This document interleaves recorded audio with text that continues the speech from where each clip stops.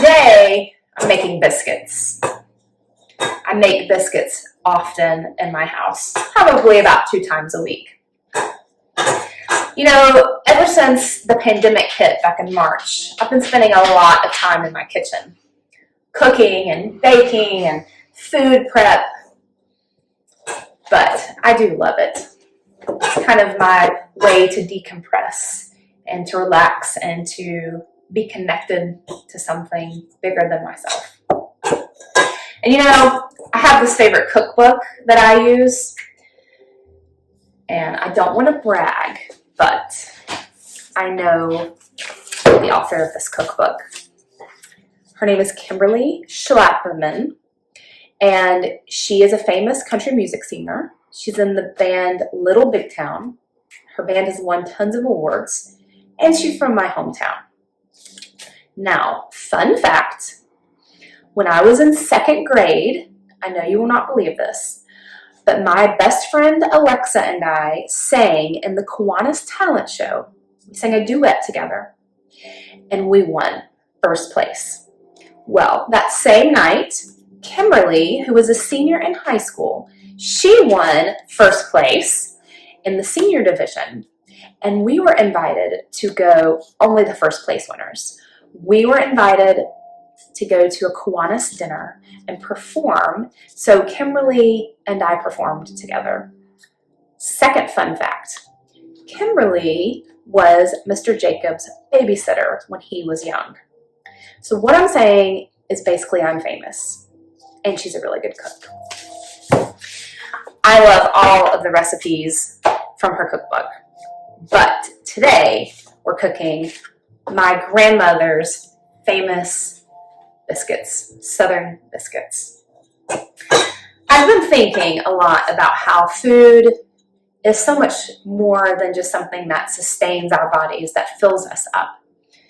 That food is spiritual, that it connects us to something larger than ourselves. I think about the story in the Bible, one of my favorites, the story of Zacchaeus, where Jesus is coming to town, and Zacchaeus was a tax collector, and he didn't like Jesus and his crew very much, and so he was kind of an enemy to Zacchaeus. And Jesus comes to town, and Zacchaeus is up in a tree, and as Jesus walks by and he sees him, Jesus says up in the tree to Zacchaeus, "Zacchaeus, come down. You need to go home, put on a pot of chili. I'm coming to your house today." Now, I don't know if it was chili he put on or maybe they had tacos. I don't know. But I'm sure there was food involved. And in that instance, food was used to break down barriers and maybe even to create a friendship. Also think about in the Bible where Jesus uses food as a miracle, right? You remember the famous story in the Bible where Jesus feeds the 5,000. This little boy comes to him with a couple of fish and a loaf of bread, and Jesus multiplies it, and he feeds the people. And that day, I think about food being used to reinstill hope in people, to help them feel connected to God, that God was still with them, to not give up hope, and that there were greater things happening around them. And then I think about the story in the Bible where on the last night before Jesus was crucified, the very last thing that he does is he gathers his friends together around a meal, the Last Supper. And Jesus uses the ordinary elements to connect them to a memory, to connect them to friendship, to connect them to a loving God and to memory. And I think that is really beautiful.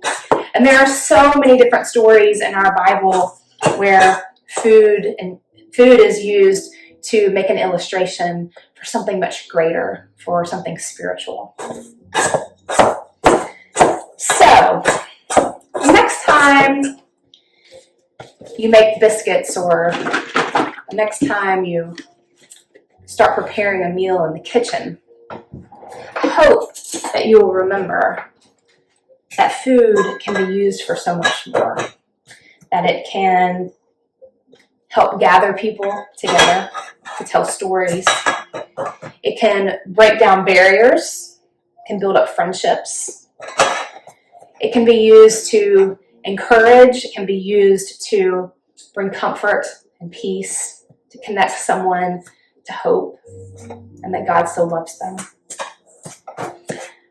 So remember this, friends. Feed one another, but also remember that as we do that, that we are a part of God's Spirit moving and working in our world. So, thanks be to God for Grandmama Moore's biscuits. And thanks be to God for butter and jam that goes on the biscuits, because it's illegal to have a biscuit without butter and jam and honey, but only a certain kind of honey that comes from the South. And I'll tell you about that some other time.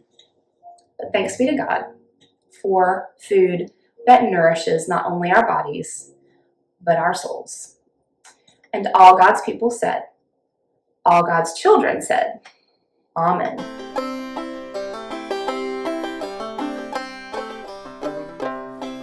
I saw an honest farmer, his back was bending low, picking out his cotton as hard as he could go.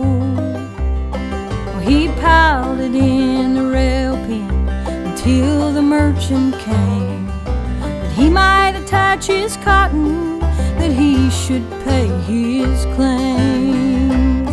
Oh, it's pans of biscuits, bowls of gravy, pans of biscuits we shall have. Oh, it's pans of biscuits, bowls of gravy, pans of biscuits we shall have. And I saw him in the evening, his back was against a tree, his poor old head was aching, he rolled up on his knee. He said, I'll be compelled to go home, or surely I will die. My head has come in staking, I heard the farmer cry. It's pans of biscuits, bowls of gravy, pans of biscuits we shall have. It's pans of biscuits, bowls of